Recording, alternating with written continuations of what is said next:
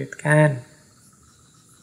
Nah, dari Hidayatus Salikin juga nanti bab sebelum akhir, karena yang terakhir itu nanti adab. Nah, sebelum tentang adab itu ada bab tentang zikir.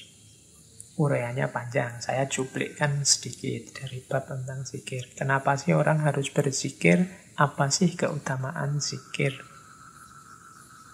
Yang pertama, zikir itu membuat kita terpelihara dari api neraka, itu pasti.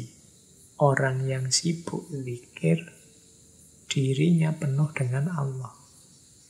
Kalau penuh dengan Allah, itu otomatis dirimu terjaga. Sukar membayangkan batinmu atau mulutmu berzikir, sementara anggota tubuhmu yang lain melakukan hal-hal yang dilarang oleh Allah. Ya kan? Kamu mukuli orang misalnya, itu kan agak susah kalau memukuli orang sambil baca ayat kursi, apa sambil ngaji apa, atau sambil wirid apa, itu kan susah. Biasanya kalau pas mukuli orang, ya kamu sedang marah. Kalau kamu sedang marah, ya gelap. Nah, maka orang yang istiqomah berzikir itu otomatis terjaga dari perbuatan-perbuatan buruk. Karena lidahnya, hatinya, pikirannya sibuk dengan Allah saja. Ya kalau orang perbuatan buruknya minimal, ya pasti dia terjaga dari api neraka. Maksiat-maksiat lahir tadi itu mungkin lebih bisa diminimalkan kalau kita sibuk zikir. Nah, itu maksudnya yang pertama. Yang kedua, zikir itu utama karena orang yang oleh Allah disibukkan dengan zikir itu sebenarnya orang yang oleh Allah diberi nikmat yang luar biasa. Kalau kita oleh Allah dianugerahi zikir, itu adalah anugerah yang luar biasa karena banyak orang lain yang oleh Allah justru menjadi orang yang lalai. Jadi banyak orang yang hatinya lalai, tapi oleh Allah kita diberi nikmat hati yang selalu ingat padanya. Nah, itu berarti Allah sayang pada kita, berarti nikmat luar biasa. Maka setiap kali kita berkesempatan berzikir, bersyukurlah. Karena Allah masih mengingatkan kita, masih menganugerahi kita dengan nikmat zikir. Kemudian zikir juga membuat hati kita terang, terbuka, dan bercahaya. Zikir juga membuat pintu langit terbuka untuk kita. Zikir juga membuat hati lembut dan khusyuk. Satu kalimat zikir setara dengan dihapuskannya 10 kejahatan. Nah, ini kalimat-kalimat dari Syekh Abdus Somad Al-Falimbani. Kalau Al-Quran secara to the point menggunakan terminologi bizikrillahi tatmainnul qulub. Ala bizikrillahi tatmainnul qulub. Bukankah dengan zikir pada Allah hati menjadi tenang? Kalau hari ini kita mungkin sering galau, sering gelisah, sering sumpek, apalagi banyak sekali masalah ekonomi, masalah corona, masalah macam-macam bertumpuk-tumpuk. Sehingga kita rasanya tiap hari gelisah, tidak bisa tidur, tidak tenang. Sebenarnya solusinya adalah zikir. Untuk apa? Tatmainnul qulub. Tatmainnul qulub itu batin yang tenang, batin yang puas, batin yang tidak lagi bergejolak. Itu diantara jalannya adalah zikir. Kalau ini tidak bisa dijelaskan, silahkan dijalani saja. Perbanyak zikir. Insya Allah nanti batin kita akan terbantu menjadi mutmainnah. Ala bizikrillahi tatmainnul qulub. Baik. Saya tambah lagi sedikit dari Hidayatus Salikin. Ini ada kalimat bagus dari Syekh Abdus Somad hubungannya dengan dakwah. mengajak orang pada kebaikan. Syekh Abdul Somad melihat banyak orang yang sebenarnya niatnya bagus, ingin menyampaikan kebaikan, tapi jalannya keliru. Justru dia dijebak oleh setan.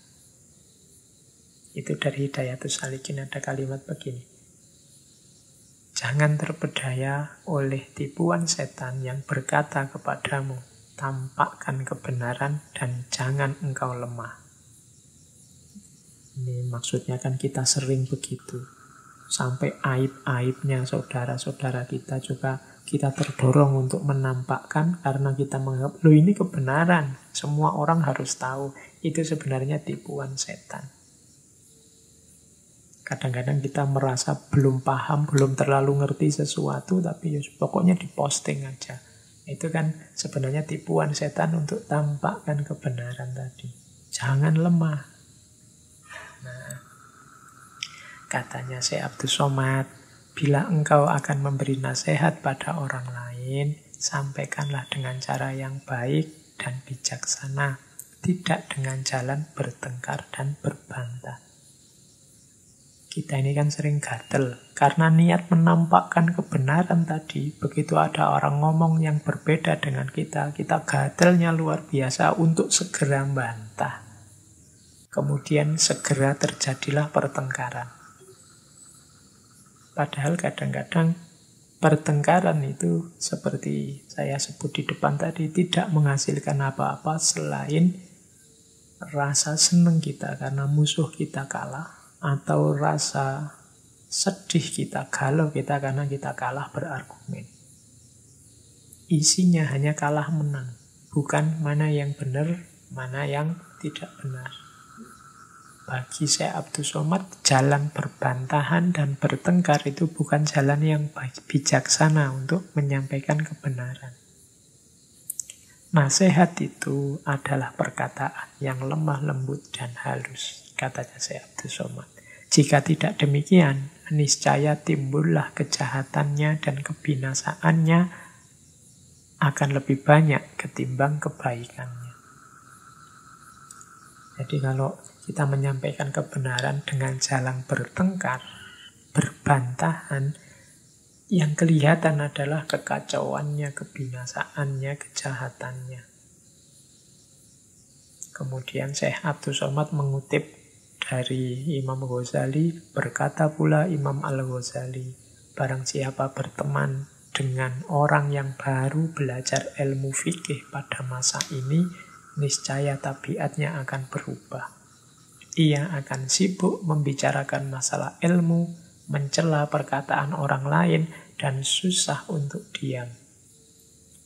Gejala yang disebut di depan tadi, dengan mengutip Imam Ghazali, menurut Syekh Abdul Somad biasanya terjadi pada orang yang berteman dengan orang yang baru belajar ilmu fikih.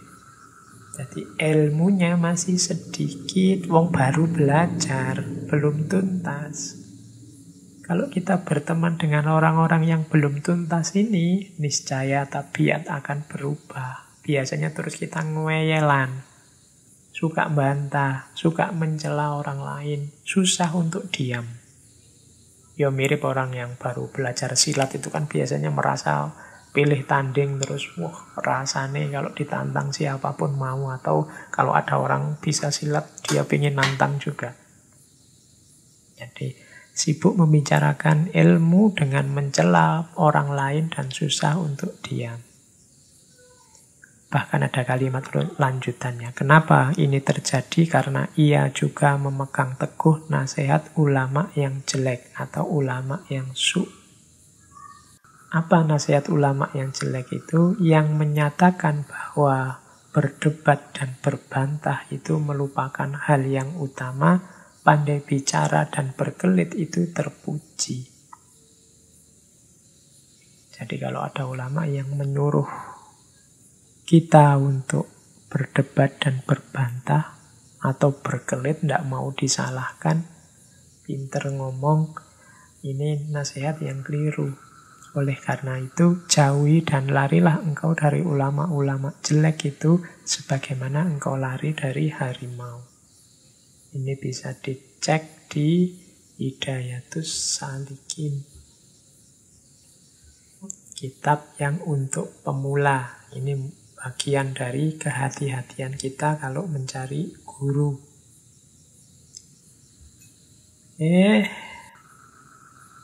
Terakhir, ini waktunya sudah mau selesai.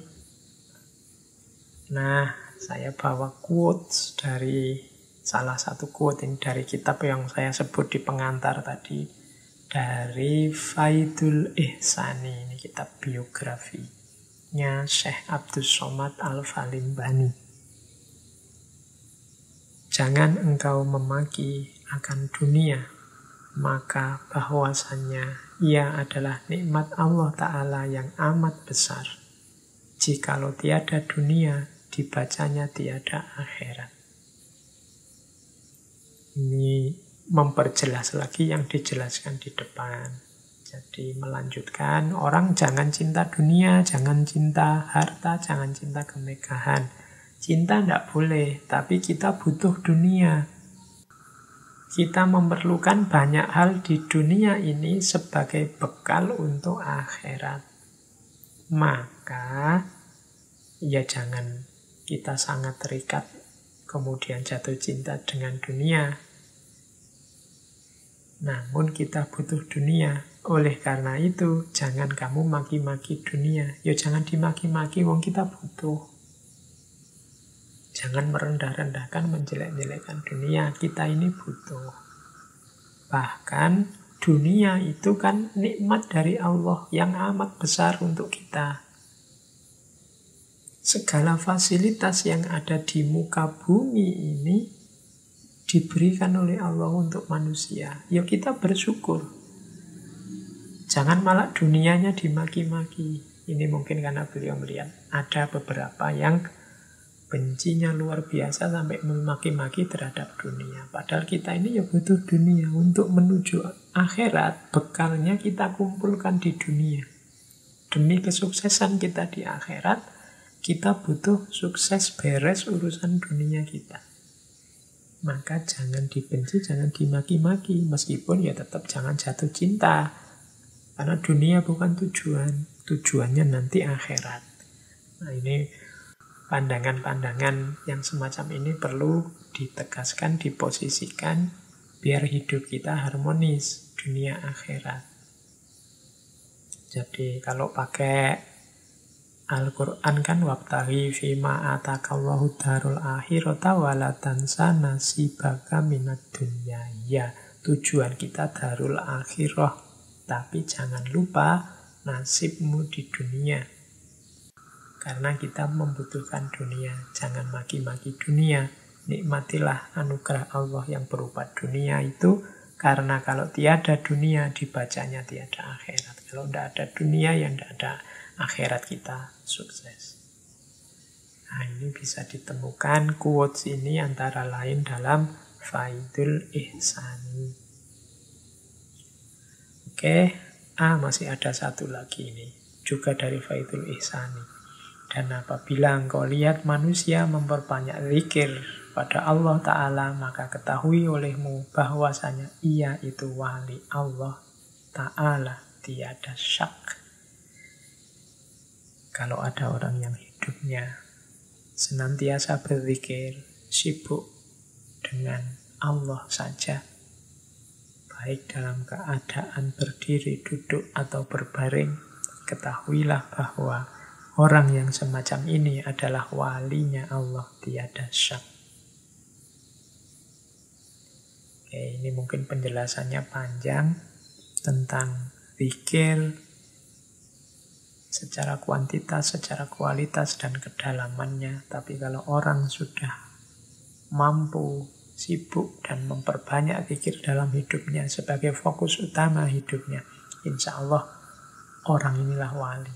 Tidak syak lagi. Ini mungkin untuk pancingan bagi teman-teman untuk menelaah lebih jauh tentang tema zikir ini. Baik teman-teman, saya kira waktunya sudah mencukupi. Malam hari ini saya memperkenalkan beliau Syekh Abdus Somad Al-Falimbani. Silahkan diperdalam lagi, silahkan ditelaah lagi. Seperti saya bilang, ya saya bisa nih hanya mancing-mancing. Di banyak tema kan saya cuma mancing-mancing. Makanya ada yang tanya, Pak Mbok kapan-kapan Al-Hikam, kapan-kapan apalah kitabnya Jalaluddin Rumi yang apa ya. Iya, cuma kalau saya yang ngomong ya cuma seperti ini, tak pancing-pancing saja. Kalau harus ngaji full satu kitab, ya mungkin butuh forum yang khusus. Tapi menurut saya ya silahkan cari guru. Kalau seperti nasihatnya Syekh Abdus Somad Al-Falimbani tadi, yang pas, yang sesuai kalau teman-teman ingin menempuh jalan tasawuf. Tema malam hari ini banyak nasihat-nasihat praktis menurut saya bagi teman-teman yang tertarik dengan dunia tasawuf. Oke, saya kira itu. Kurang lebihnya mohon maaf kalau ada keliru-keliru, kalau ada kurang-kurangnya, kalau ada meleset-melesetnya. Saya akhiri sekian. Wallahul muwafiq, wallahu a'lam bishawab. Wassalamualaikum warahmatullahi wabarakatuh.